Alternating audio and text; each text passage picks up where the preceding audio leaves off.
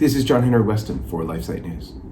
The impact of the FBI raid on the Houck family can't be overestimated. As you know, LifeSiteNews broke the story on Friday, and on Saturday morning we were contacted by Kathy Barnette, the woman who rocked the Republican establishment in Pennsylvania with her stunning campaign for the U.S. Senate. Kathy almost pulled off one of the biggest political upsets in recent history with her uncompromising pro-life, pro-family, pro-freedom message. At the end, of course, she was sabotaged by the mainstream media with fake news about her background. But Kathy's trust in LifeSiteNews has never wavered. And that's why she reached out to us to talk about what happened to the Houck family and why we must seize the moment before it's too late. LifeSite's Jim Hale is with Kathy just outside Philadelphia. Jim, over to you.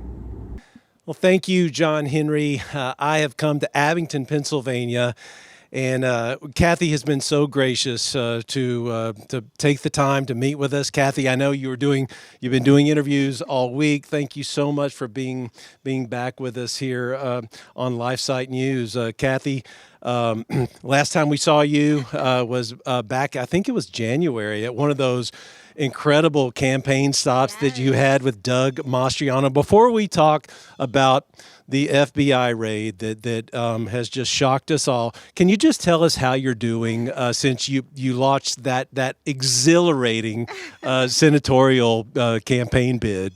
Yeah, well, what have I been doing since the primary? No one's counting, but it's been, 190 days, 47 minutes, and counting.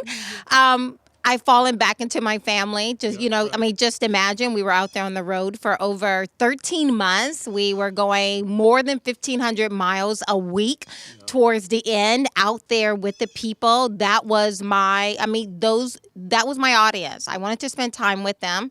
After that, we put it all out there. And as I sit back today and I look over the course of those 13 months, I have no regrets. Yeah. We did exactly what we knew to do. If I didn't do something, it was because I didn't know to do it. And so we put it all out there. I'm so very grateful for all of those who came and voted for us. In spite of all the lies that came out in those last 5 days, there were about almost a third, a little bit over 25% of those who came out and voted remained true and remained steadfast to what we were doing. So very grateful for them. What I'm doing now is really, I spent the last couple of months just spending time with my family and getting acclimated back into the normal life. And now I'm looking for those opportunities that will allow me to continue to push for our values, whether we're talking about fighting against this wokeness that we see in our culture that is now taking over corporate America with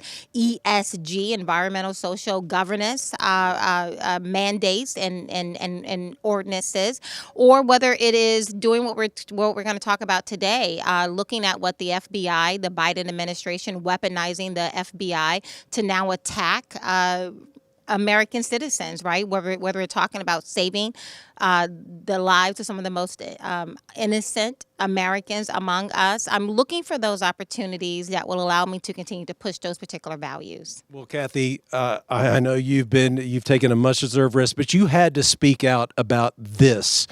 How egregious was this act? With you had 20 SWAT team members showing up at a man's home with his children there, and terrorizing his family. Yeah.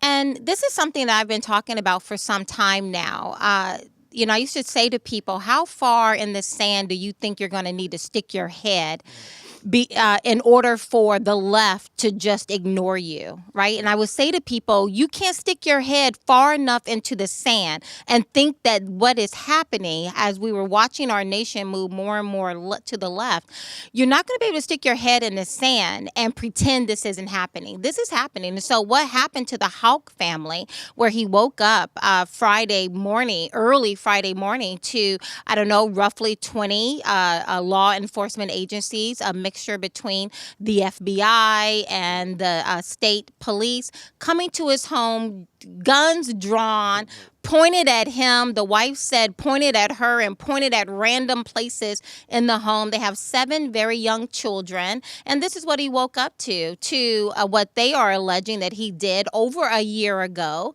That was an incident that was brought before the lower courts, that was thrown out by the lower courts. And now a year later, he has the FBI and a mixture of other law enforcement officers coming to his home.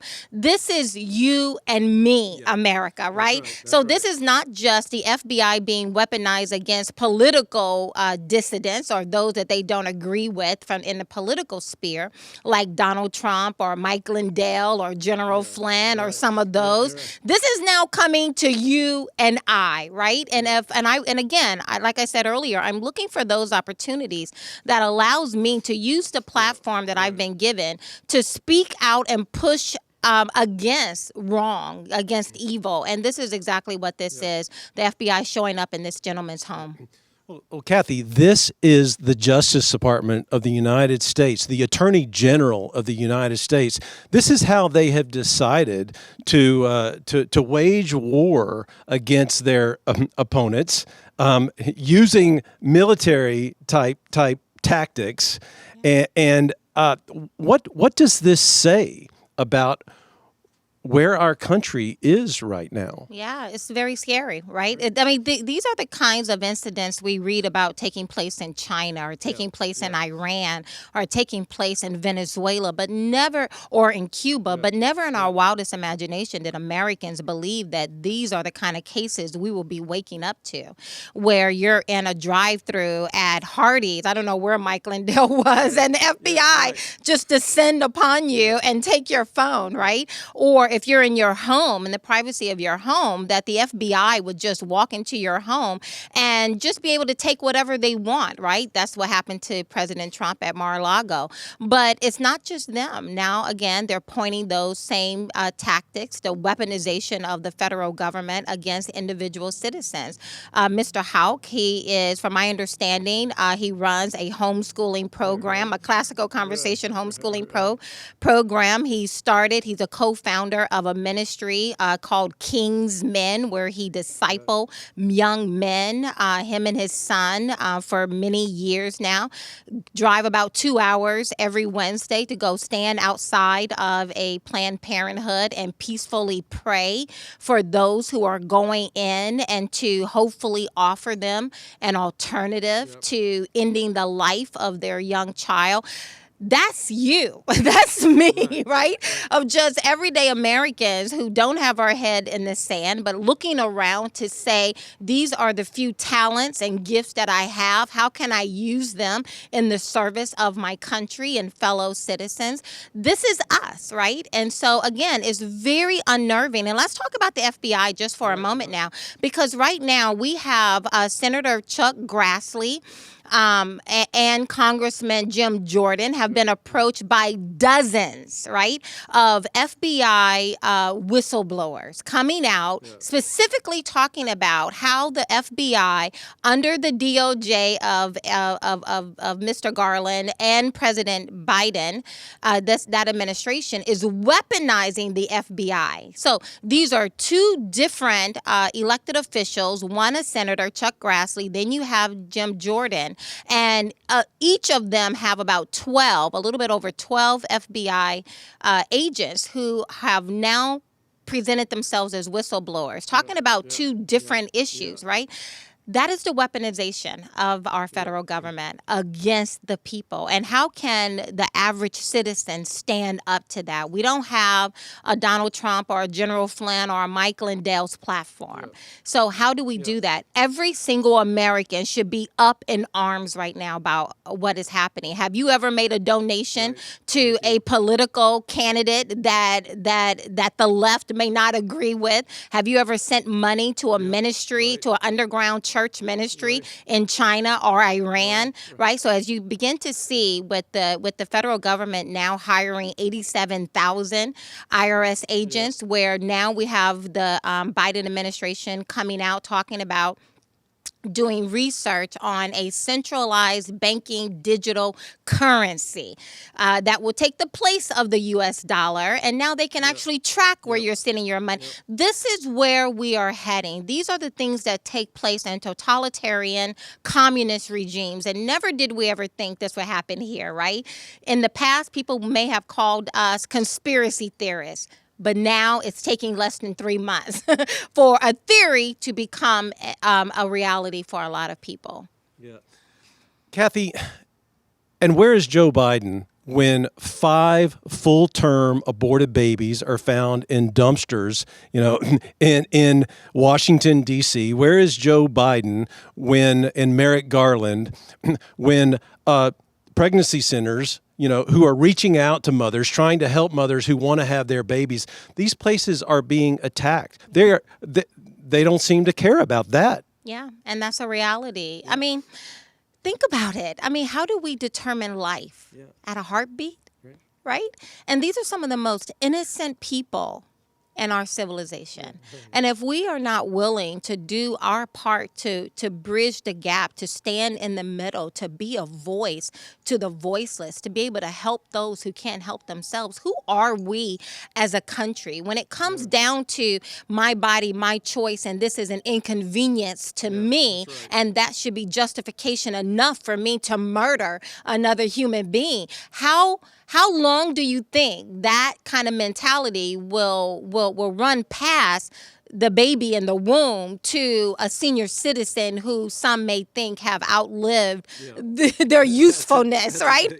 Or to the individual as, what is her name? Oh my God, I was talking about her with my children last night, the founder of Planned Parenthood. Sanger. Yes, Margaret Sanger, right? Of creating a system that rid us of the undesirable. This was eugenics. That's it. I mean, there's no dispute about that. Margaret Sanger was a eugenicist. Exactly, right? She wanted to get rid. I literally have her book on my nightstand. I am rereading it again. I was talking about her to my 16 and 13-year-old child who brought the conversation up to me. But this is a woman, I mean, she said the quiet parts out loud. She wanted to create a system that would allow the federal government to cleanly dispose of the undesirables in the American population. Undesirables, she went on to define as blacks, as poor, and as disabled, right? Yeah, let's get it out there. Planned Parenthood is unbelievably racist, Kathy. Absolutely. Like so much of the left when they say Black Lives Matter under that banner, right? But what we see that across school systems, whether it is in the Planned Parenthoods that are predominantly situated in Black communities and poor communities, getting rid of whole populations. Every segment of our population is growing, except when you look at the Black community. Right? That is anathema. One of the most unsafe places for a Black child to be is not at a park and you leave them alone and you're afraid of stranger danger. The most unsafe place for a Black child to be in America is in a Black mother's womb. Wow. And that should never be the case, right? Wow. When I found out I was pregnant, I mean, I stopped drinking coffee. I stopped drinking sodas. I was very careful about where I went, what I did, because I wanted to protect this innocent life that was growing inside of me. And again, what does it say about our country when the most innocent among us are now left to be decided if it is convenient enough for me to have? And Mr. Houck has devoted his life to protecting these children, and the government of the United States of America has defined him as a criminal and has terrorized his entire family. Kathy, I really think that this is a moment that we're in right now that is so important. That's why we had to come up here and talk to you. That's why thank you so much, by the way, for getting in touch with us. And please keep speaking out about this, because we're truly in a moment now. Do you believe that? Yes. Listen, what are you waiting on? I mean, what more does this administration and those on the left have to do before the rest of America, to include Democrats, independents, and Republicans, if you want to categorize people in that way? What more does this ideology of the left have to do in order for us to recognize that these people are not playing with us? When they say fundamentally change this country, they mean it. They weren't playing. It's not hyperbole. And they have literally, if you look at one institution after another, they have gone in, they have put their roots down, and they are doing that. When you have a society that now says that you can walk into a CVS or a Wawa, and as long as you steal things that are $900 or less, you will not be penalized. They're manufacturing chaos, right? And they're manufacturing confusion, right? They're manufacturing dependency, right? Where a little child won't know if he's a boy or a girl, but he has to wait for someone else. He has to depend upon someone else, the experts, to tell him if he is a man or a woman, if this is a human life or not a human life, if he is ready, if she is ready to have a child or not ready to have a child, right? This is very intentional. This is very concerted. So when you have, going back to Mr. Houck, when you have a government, a system that is now saying $900 worth of theft of someone else's property is okay, but an incident that was thrown out of court over a year ago is not. It's something that the FBI now needs to get involved in. That's a problem. That's right. Local authorities looked at this and said this was not a crime. This man was defending his 12-year-old son who was being screamed at by an escort. I've seen anybody who's been sidewalk counseling knows what these escorts are all about. They're out there attempting, they're trying to incite violence. In some cases, I have gone down to 777 Apple Tree, stood outside peacefully praying and just watching. And if I saw a girl who was older than 20, I can't tell you. I mean, they looked really young who were walking in there. If I saw a female who was not black, I would have been really surprised. They were all generally very young and all black women. And I've stood on the sidewalk, peacefully prayed, and I have seen some of those who stand on the outside as escorts be very provocative, right? Trying to provoke, calling names while I'm standing there simply praying silently on the sidewalk for these women and for their lives, and that opportunities will present themselves for them to escape what it is that they're about to do. So we know that kind of situation does occur. Kathy, what you're describing, and I think we all know it now, is that this is an attack on Christianity as well. Yeah, and on our values, right? Yep. It's on our values that we believe, and not just our values, but also the Constitution, right? We hold these truths to be self-evident, right? That we have all been endowed by our Creator with some inalienable rights, right? Life, the first of all of them. Because before I can be free and be able to live life according to how I want to live life, right? Opportunities, I have to have life, right? And now we're not just attacking our values, but we're attacking the Constitution. And our nation does not exist apart from the U.S. Constitution. That is the document that separates us from China. And now when you have the FBI and the Biden administration, the DOJ, the CIA, the NIS can just make it up as they want to pick and choose which of these cases they want to involve themselves in, and to direct the full weight and power of the federal government on individuals now. We're in uncharted territory for a lot of Americans, and this is very unnerving. You have so much to say. Thank you for the way you say it. All of our LifeSite viewers know that you were the real conservative candidate. You were the real MAGA candidate in Pennsylvania.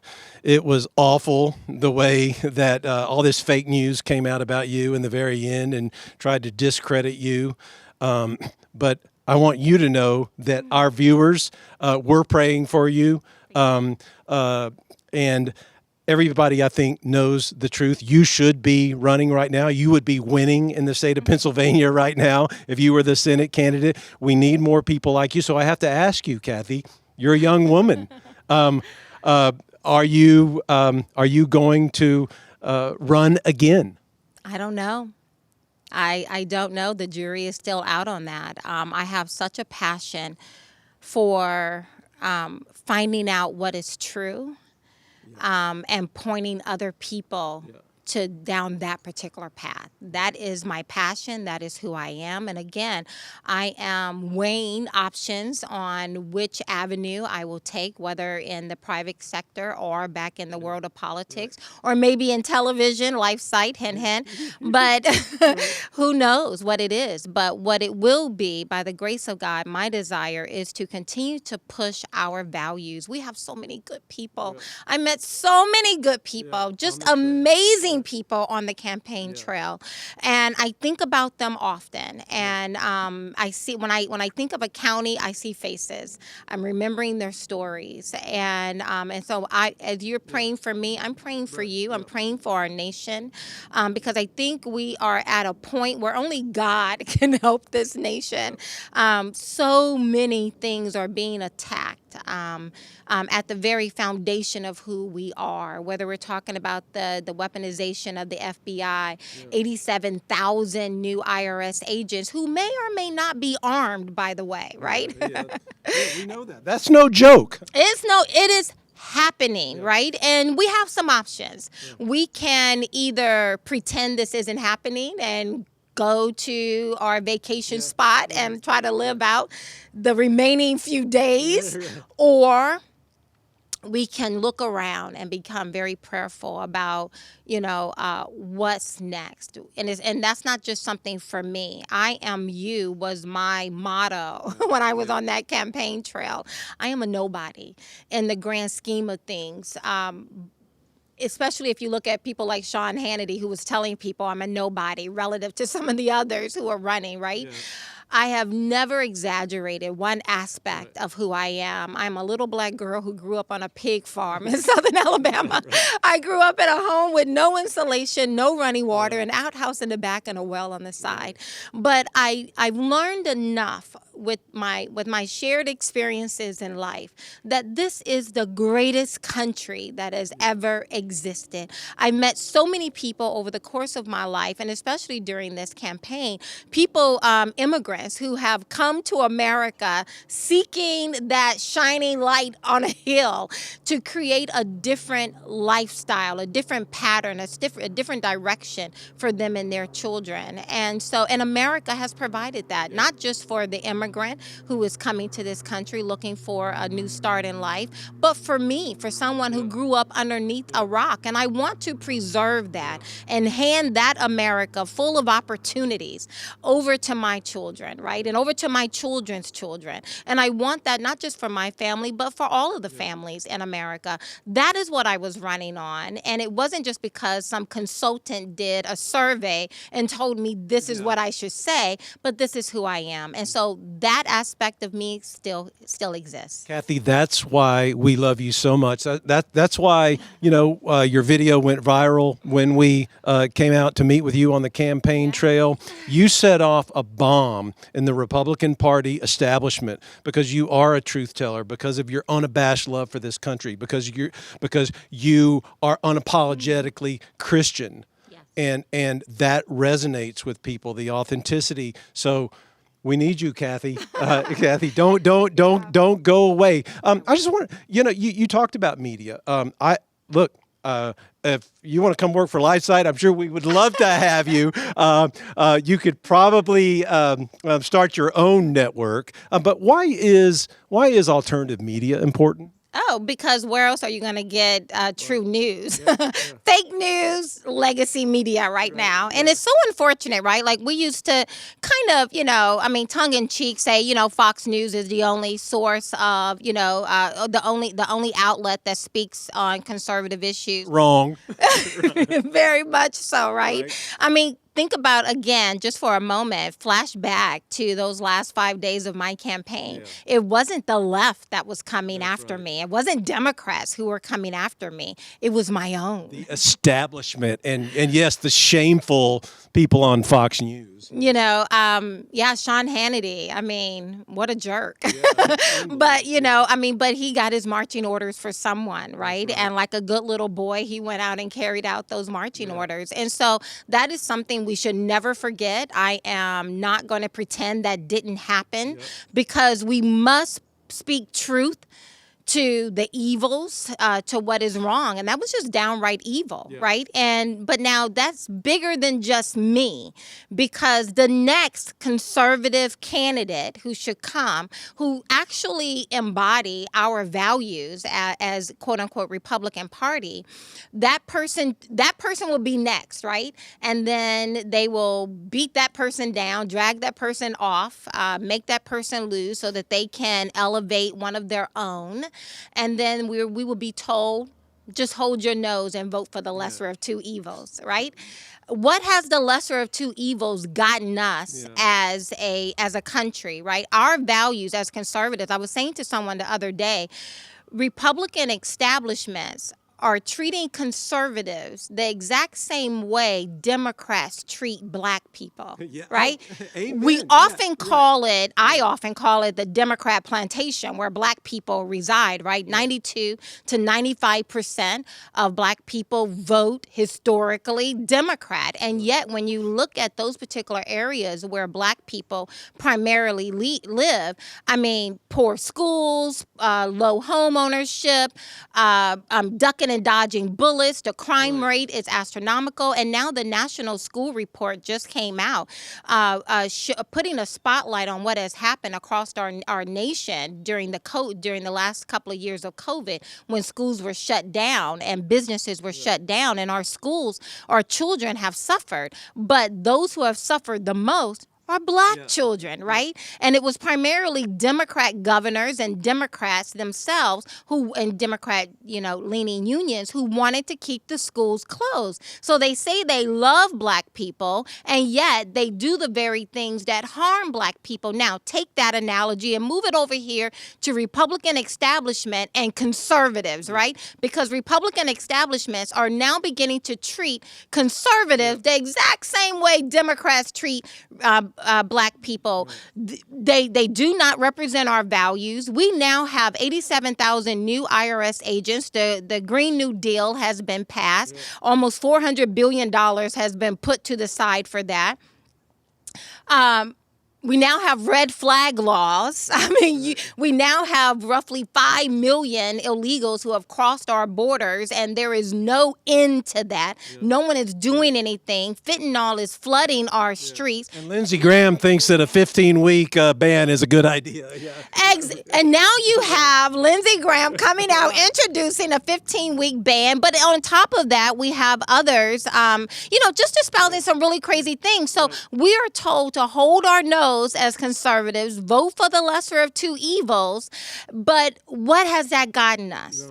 All of our values, the things we say, the principles we say we believe in, the principles we say are going to make our nation stronger and safer so that we can pass it on to the next generation. What has these particular Republican establishments have done to secure those values? And so we have to begin, typically Republicans don't want to talk about these issues. We want to just pretend they never happened. But at some point as a nation, we must begin to put a spotlight on these things, and especially a spotlight on Republicans, all of it, the good, the bad, the ugly. And let's have a conversation about it so that we can begin to make, because we're losing our nation. We are. We truly are. And it's shameful for these Republicans who pay lip service when they're trying to get elected, and then they turn around and they just become fat cats in Washington who, like you said, they just look down on it. They sneer at us. They sneer at evangelical Christians. They sneer at traditional Catholics. They all they do is they want our vote. They have great disdain for us. Kathy Barnette, thank you so much for being with us today. We need your voice, and thank you for speaking out again. John Henry, I tell you what, we need this lady, and hopefully we have not seen the end of Kathy Barnette. So God bless you, sister. Thank you so much. Blessings. Isn't that awesome? Jim, you are absolutely right. Kathy's voice is desperately needed right now, more than ever. And she knows better than most why alternative media, like LifeSite News, is essential if we're going to win this battle that we are in for life, family, and culture. I'm John Henry Weston for LifeSite News, and may God bless you.